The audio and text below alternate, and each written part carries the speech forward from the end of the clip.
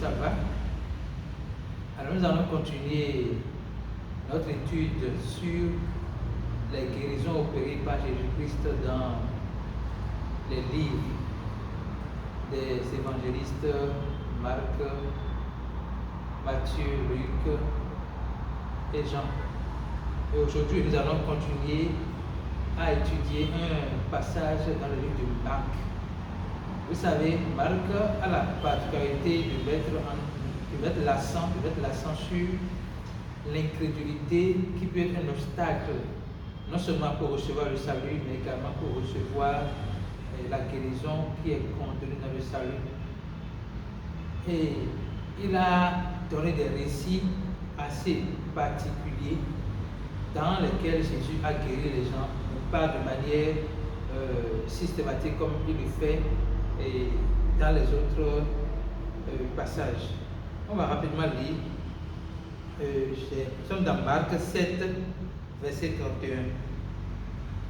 Jésus quitta le territoire de Tyr et revint par Sidon vers la mer de Galilée en traversant le pays de la Décapole. On lui amena un sourd qui avait de la difficulté à parler et on le pria de lui imposer les mains. Donc ce qu'on demandait à Jésus-Christ, c'est juste de poser les mains au sourd muet afin qu'il puisse entendre et parler. Mais qu'est-ce que Jésus-Christ a fait? Il le prit à part, loin de la foule. Il le prit à part, loin de la foule, lui mit les doigts dans ses oreilles et lui toucha la langue avec sa propre salive. Puis, levant les yeux au ciel, il soupira et dit: Ephphatha, c'est-à-dire ouvre-toi.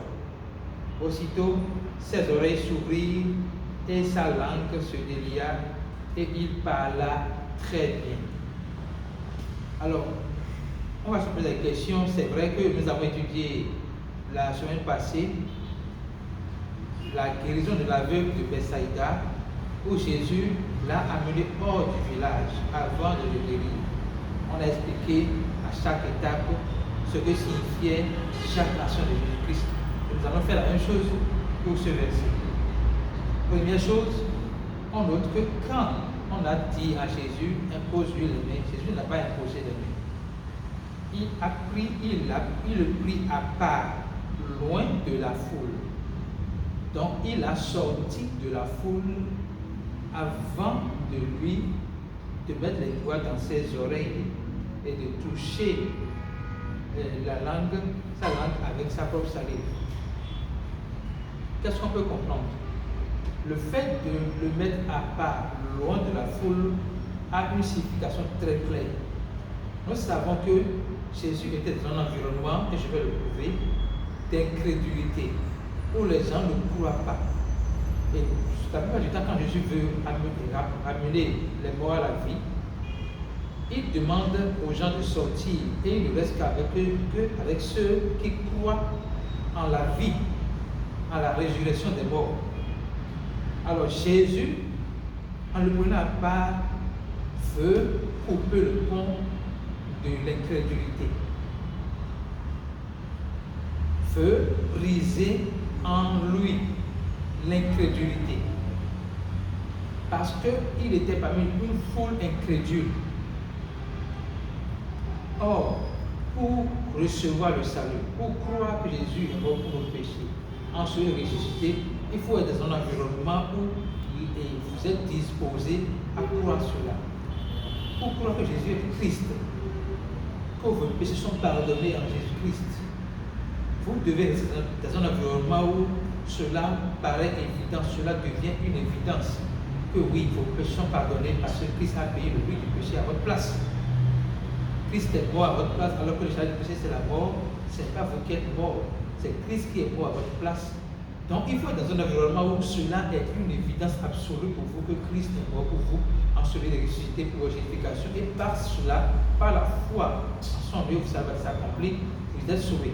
Donc de la même manière, il faut que Jésus le sortent de la sphère d'incrédulité pour un environnement plus favorable à la foi, afin qu'ils puissent recevoir la guérison. On va voir que Jésus a touché ses oreilles et a touché sa langue. Pourquoi Jésus a fait cela?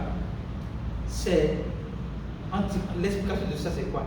En touchant ses oreilles, Jésus commence par préparer ses oreilles à entendre la bonne nouvelle de Dieu, l'évangile de Dieu.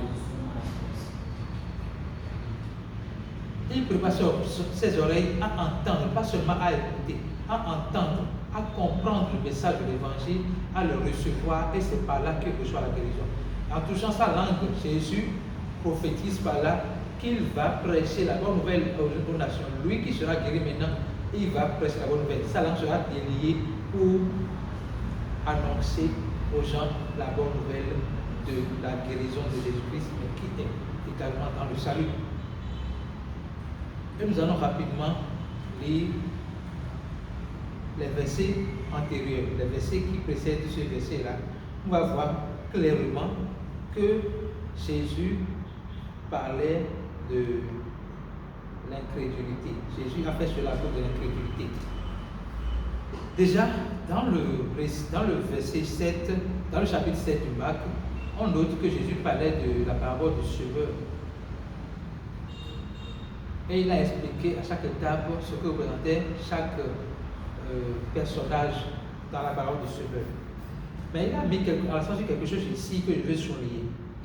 Marc 7, versets 8 et 9. Vous abandonnez le commandement de Dieu et vous observez la tradition des hommes. Il le dit encore, vous anéantissez fort bien le commandement de Dieu par votre tradition. Qu'est-ce que cela veut dire? Le commandement de Dieu ici, ce n'est pas les 10 commandements. On a dit le commandement de Dieu. Le commandement de Dieu ici, c'est le message de la bonne nouvelle. C'est l'évangile qui sauve. C'est l'évangile qui expose l'amour inconditionnel de Dieu, la grâce extraordinaire de Dieu et la miséricorde insondable de Dieu manifestée en Jésus-Christ. Donc le commandement de Dieu ici est annulé. L'évangile est annulé. L'œuvre de la croix est annulée par la tradition des hommes. Maintenant, si Jésus dit ça, Jésus ne s'appuie pas sur une tradition pour guérir l'autre, pour guérir celui qui est sourd et muet.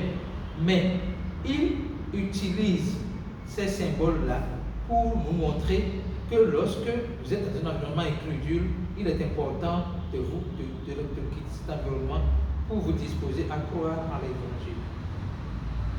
Maintenant, je vais souligner quelque chose. Entendre est différent d'écouter. Quand Jésus dit, Marc 7, verset 16, si quelqu'un a des oreilles pour entendre, qu'il entende, ça veut dire qu'on peut avoir des oreilles pour écouter sans entendre. Si nous revenons chaque fois sur l'évangile, la mort de Jésus pour nos péchés, son assouplissement, sa résurrection, c'est parce que nous voulons que ceux qui écoutent finissent par entendre. Entendre veut dire comprendre. Comprendre, accepter, recevoir par la foi. C'est extrêmement important. Donc Jésus veut que nous puissions passer de l'étape d'écouter la bonne nouvelle, d'en faire une conception intellectuelle, mais que nous devenions des gens qui entendent la bonne nouvelle et qui reçoivent en eux un témoignage révélationnel de ce que, par la mort de Jésus pour nos péchés, absolument la résurrection, nous avons le salut maintenant pour toujours, et que dans ce salut, nous avons la guérison. J'ai envie de remonter au chapitre 6 du Marc, toujours, pour montrer un peu le message de Jésus-Christ face à l'incrédulité. Je vais lire une bonne partie du chapitre. Jésus partit de là et se rendit dans sa patrie. Ses disciples le suivirent. Quand le sabbat fut venu, il se mit à enseigner dans la synagogue. Beaucoup de gens qui l'entendirent étaient étonnés, disant: d'où lui viennent ces choses? Quelle est cette sagesse qui lui a été donnée? Et comment de tels miracles se font-ils par ses mains? N'est-ce pas le fils, n'est-ce pas le charpentier, le fils de Marie, le frère de Jacques, de Jos, de Jude, de Simon, et ses sœurs ne sont-elles pas ici parmi nous? Et il était pour une occasion de chute. Mais Jésus le dit, un prophète n'est méprisé que dans sa patrie, parmi ses parents et dans sa maison. Il ne put faire là aucun miracle, si ce n'est qu'il imposa les mains à quelques malades et les guérit. Et ils s'étonnaient de leur incrédulité. Jésus parcourait les villes avant tout en enseignant. Qu'est-ce que je veux souligner par là? Jésus, du fait de la familiarité, n'est pas reconnu par sa patrie comme étant Seigneur et Sauveur, comme étant Dieu manifesté dans la chair pour le salut de l'humanité. Il n'est pas reconnu comme étant celui qui guérit les cœurs brisés, qui libère les opprimés, tel qu'il a dit dans le livre de Luc. Il n'est pas reconnu comme étant Dieu manifesté dans la chair.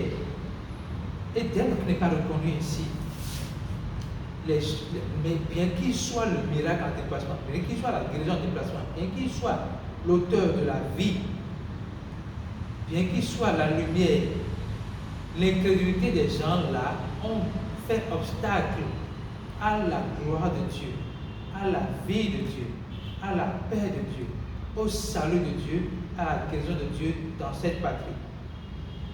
Et Jésus disait, Jésus s'étonnait même de leur incrédulité.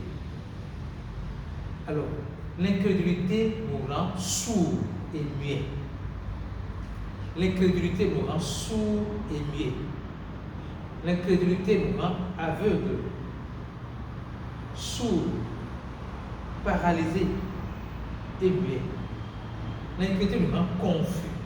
Mais Jésus vient nous délivrer de notre incrédulité, afin que nous puissions avoir de l'entendement, nous puissions entendre pour comprendre. À travers cette guérison, Jésus nous exhorte,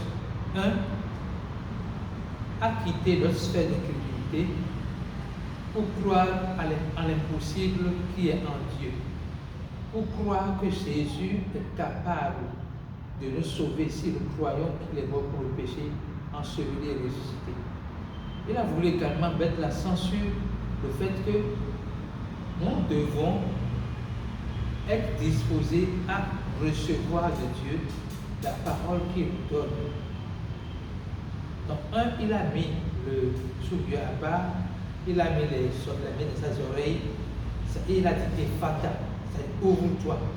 Je prie le Seigneur d'ouvrir votre entendement, d'ouvrir vos oreilles pour entendre non pas ma voix, mais la voix de Christ au travers de ce message, afin que sa parole en vous, sa parole pour vous, puisse être un catalyseur vous permettant de croire à la bonne nouvelle de Christ et ainsi de recevoir votre guérison. Voyez, donc en guérissant le sourd de cette manière, Dieu enseigne fondamentalement que nous sommes d'avance bénéficiaires du salut de Dieu, de la guérison de Dieu, mais que nous devons nous disposer à recevoir sa parole afin de ne plus être sourds spirituellement, de ne plus être aveugles spirituellement, de ne plus être paralysés spirituellement, de ne pas être muets spirituellement, mais également de ne pas être confus. Et lorsque nous sommes délivrés de la surdité, de la confusion, de l'aveuglement, de notre incapacité à parler et de la confusion, nous entrons de maison par la foi dans la grâce de la précision, de la clarté, de la lumière. Alléluia. Nous entrons dans la grâce de la vie de Dieu en nous, du salut éternel de Dieu en nous. Et par conséquent, nous recevons par la foi la guérison dès lors que nous croyons que nos péchés sont pardonnés. Alors je voudrais être assez bref aujourd'hui, vous exhorter à croire que Jésus vous aime et qu'il veut vous délivrer de la puissance des ténèbres et vous transporter dans le royaume du Fils de son amour. Vous êtes privilégiés aux yeux de Dieu. Son cœur, c'est de vous délivrer de la puissance des ténèbres, mais vous devez accepter sa parole. Vous devez accepter de croire qu'il a déjà tout fait pour vous et ainsi de recevoir tout ce qu'il vous a donné par la foi. Merci Jésus-Christ pour ton amour inconditionnel pour chacun de nous, pour ta grâce extraordinaire révélée dans chacune de nos vies et pour ta miséricorde insondable manifestée en Jésus-Christ. Que ton nom soit glorifié maintenant et à jamais. C'est au nom puissant de Jésus que nous avons prié.